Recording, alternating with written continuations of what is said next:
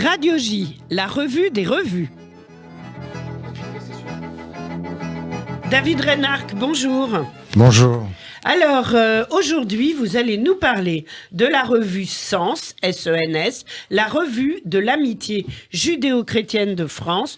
Pourriez-vous nous dire quand est née cette fédération ? Alors, l'association est née en 1948. L'association, donc l'amitié judéo-chrétienne de France. Cette aventure intellectuelle et spirituelle doit beaucoup à l'opiniâtreté d'un homme. J'ai longuement échangé hier soir avec son président Jean-Dominique Durand.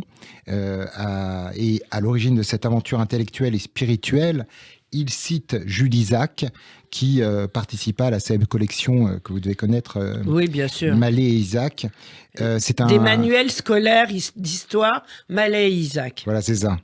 Ce juif non pratiquant a consacré tout son temps à une cause, le changement du regard chrétien sur Israël. Oui. Ses propositions d'ailleurs ont constitué la base de la conférence de Sillisberg. Il y avait 70 personnalités catholiques, protestantes et juives présentes qui s'étaient engagées à faire reconnaître alors aux chrétiens que Jésus, comme ses premiers disciples, était juif et qu'il convient donc d'éviter de considérer les juifs comme collectivement et exclusivement responsables de la mort de Jésus. En 1948 paraît enfin son ouvrage Jésus et Israël, qui va connaître un vif succès.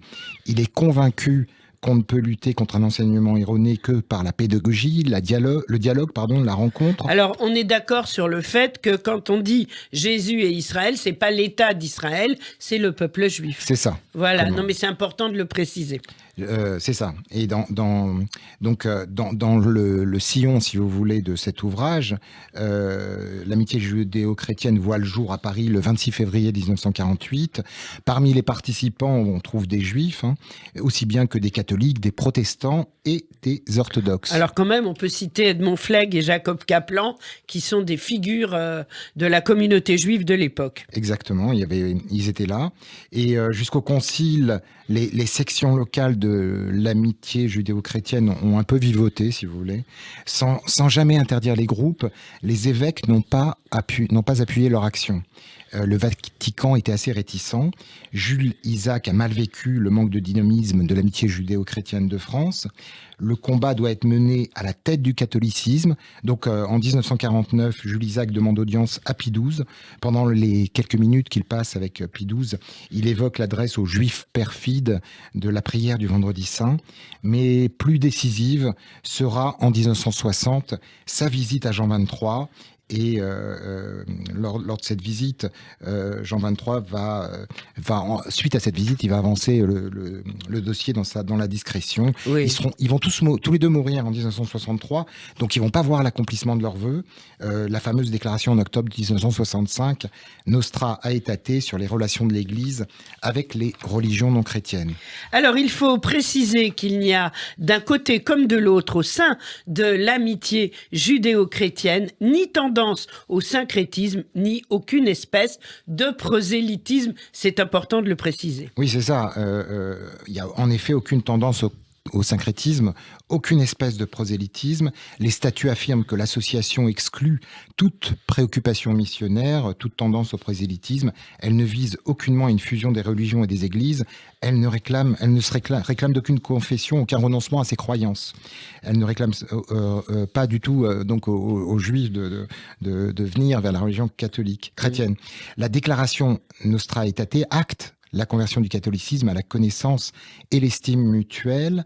Et alors, parce qu'il est important de dire que le degré de tolérance des croyances se mesure quand même à la place qu'elles accordent à l'autre. Celui qui ne partage pas la même foi, ça peut parfois être problématique. On l'a vu avec, par exemple,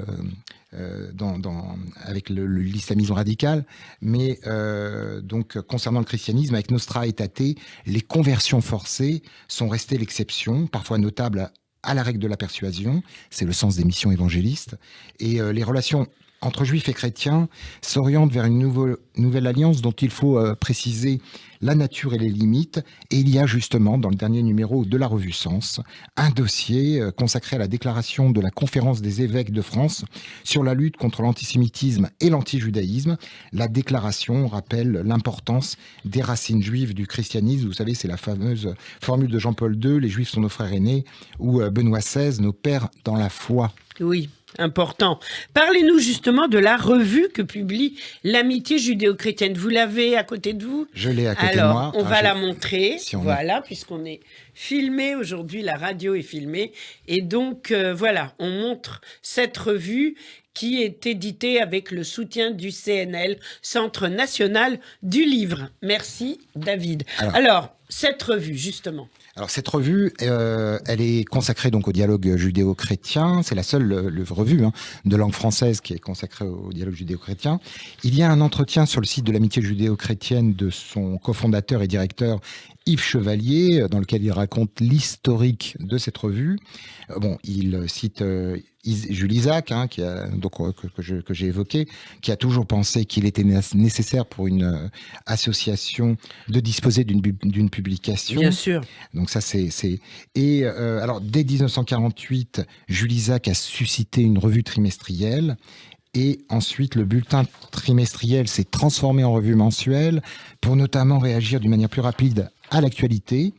Et en mars 1975, la revue éditée par l'Amitié judéo-chrétienne de France a été lancée. Alors justement, pourquoi ce nom de revue Sens ? Est-ce qu'on vous a expliqué ça ? On m'a tout expliqué, Super. Lise.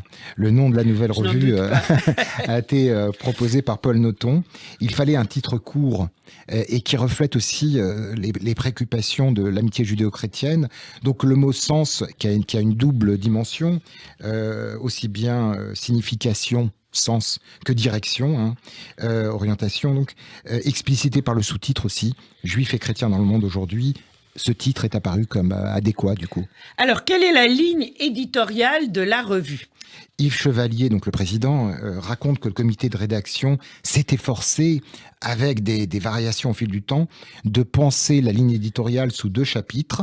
La revue apporte d'abord à ses lecteurs de l'information sur le dialogue judéo-chrétien en France et dans le monde, et ensuite des éléments de réflexion qui peuvent être utiles à ceux qui s'engagent dans la voie du dialogue. Alors, quels sont les thèmes abordés dans le numéro que nous venons de montrer, le numéro de mars-avril ? Alors, il y a dans ce dossier consacré à la déclaration, un dossier consacré à la déclaration de la Conférence des évêques de France sur la lutte contre l'antisémitisme et l'antijudaïsme. Les évêques rappellent que l'antisémitisme est impossible pour un chrétien car c'est un rejet de ses propres origines. C'est ce qu'a dit le pape. C'est énorme, c'est oui, bien.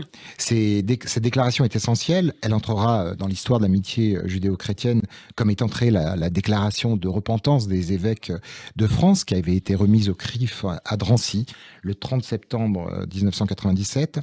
L'antisémitisme, on le sait malheureusement, n'est pas une vue de l'esprit. On connaît les obsédés des Juifs par la caricature qu'ils en font, les obsédés de l'État d'Israël. Oui. On sait que dans les banlieues, les Juifs sont amenés à partir et ne peuvent plus aller dans les écoles. Bien sûr. Dans son allocution publiée dans la revue, Francis Khalifa, le président du CRIF, dédie la déclaration aux victimes de l'antisémitisme et du terrorisme qui tue. Chaque destin, chaque visage, chaque nom étant singulier. Alors parmi ces visages et ces noms, il y a bien sûr celui de Sarah Halimi. Oui, ce qui nous relie à l'actualité, bien sûr. Et hier, justement, une tribune signée Jean-Dominique Durand, le président de l'association de l'amitié judéo-chrétienne de France, est parue dans la Croix, une tribune dans laquelle il réagit à la décision de la Cour de cassation qui a, comme vous le savez, confirmé mercredi 14 avril l'irresponsabilité pénale du tueur de Sarah Halimi, prononcée en 2019 par la Cour d'appel.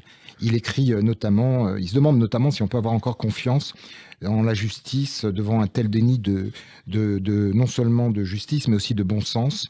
Une femme a été assassinée une vieille femme a été assassinée par un islamiste radical. Ah non, je m'excuse, c'est pas une vieille femme. Je suis désolée. Alors là, on arrête.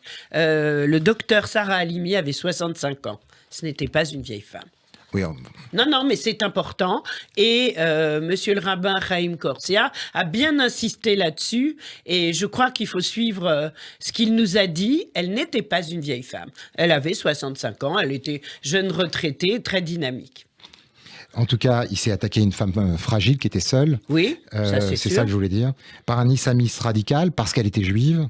Et ce crime ne sera pas puni ni même présenté devant une cour d'assises. Donc les paroles reprises dans la revue de l'allocution de Francis Khalifa font sens après cet arrêt. Et la manifestation, où d'ailleurs... vous serez d'accord avec moi sur ça, Lise, les insoumis, les écologistes et les féministes ont brillé par leur absence. Oui, ça on peut le dire, oui. Même si dans leur grande mansuétude, ils veulent bien comprendre notre émotion. Oui. On peut lire sous la plume c'est gentil. On peut lire sous la plume du président du CRIF ceci notamment. Cela fait mal lorsque nous sommes pris entre l'antisémitisme traditionnel, surreprésenté à l'extrême droite, et l'antisionisme de l'extrême gauche, lorsqu'on est coincé entre l'antisémitisme musulman et le statut de cible privilégiée pour les terroristes islamistes. Il est vrai que la haine traditionnelle moribonde est actuellement combattue et que la haine vivante se déploie sans encombre. Déplorer ne suffit plus, il faut combattre. Nous sommes Monseigneur Ravel, l'archevêque de Strasbourg, qui était cité par Monsieur Khalifa. Alors le dialogue entamé dès 1947 par Jules Isaac et les pères fondateurs de l'amitié judéo-chrétienne a déjà porté ses fruits, et cette déclaration du Conseil permanent des évêques de France en est une étape importante. Citons aussi, très entre autres, l'article de Mireille Hadas-Lebel, Un nouveau regard sur les pharisiens. Il est notamment rappelé la déclaration de l'Église de France de 1973. Il faut affirmer que la doctrine des pharisiens n'est pas l'opposé de la doctrine du christianisme. Oui, c'est presque un journal juif, ça. Hein. C'est ça. Alors, est-ce qu'une actualité a suscité cette déclaration des évêques sur laquelle porte le dossier principal de la revue Mars-Avril? Revue Sens, je le rappelle. Alors, non, justement, cette déclaration ne vient pas sous la pression d'une actualité brûlante, Lise. C'est ce que rappellent le rabbin Chaim Corsia et le frère Louis-Marie Coudray. Il y a une décision mûre, réfléchie, dans un climat délétère et inquiétant, certes, mais il n'y a pas d'urgence à réagir, si vous voulez, à de nouvelles exactions antisémites. Ce n'est pas la solidarité, si vous voulez, la compassion devant un drame particulier qui conduit à la signature de ce texte. Il est le fruit d'un vrai cheminement, d'une maturation discrète, qui permet justement aux consciences d'avancer et aux esprits de réfléchir, de prendre position d'une manière étayée. Et parfois, certains artisans du dialogue s'impatientent, mais il est vrai que le temps est nécessaire pour donner encore plus de poids à l'engagement. Alors, où est-ce qu'on peut trouver la revue Sens, la revue de l'amitié judéo-chrétienne que vous avez évoquée pour nous ce matin, David Reinhardt? Alors, la revue est destinée à être servie d'une part à des abonnés et d'autre part à être mise en dépôt dans un certain nombre de librairies, essentiellement parisiennes, pour être vendue. Il reste encore aujourd'hui, à chaque sortie d'un nouveau numéro, un dépôt de quelques exemplaires. On peut aller notamment à la Procure de Paris. Procurez-vous en tout cas le dernier numéro, car il participe à sa juste mesure à ce qu'on appelle en hébreu le tikkun olam, la réparation du monde. Eh bien, c'est une jolie conclusion. Merci, David Reinhardt. Il nous reste à peine 2 minutes, mais on va écouter un extrait qui illustre parfaitement cette revue aujourd'hui. C'est le trio Ensemble, vous les connaissez? Voilà, donc un catholique. Je vais apprendre à les connaître. Voilà, un catholique, un juif, un musulman. Ils chantent ensemble et ils chantent pour nous tout de suite. Chantez pour ceux qui sont loin de chez eux.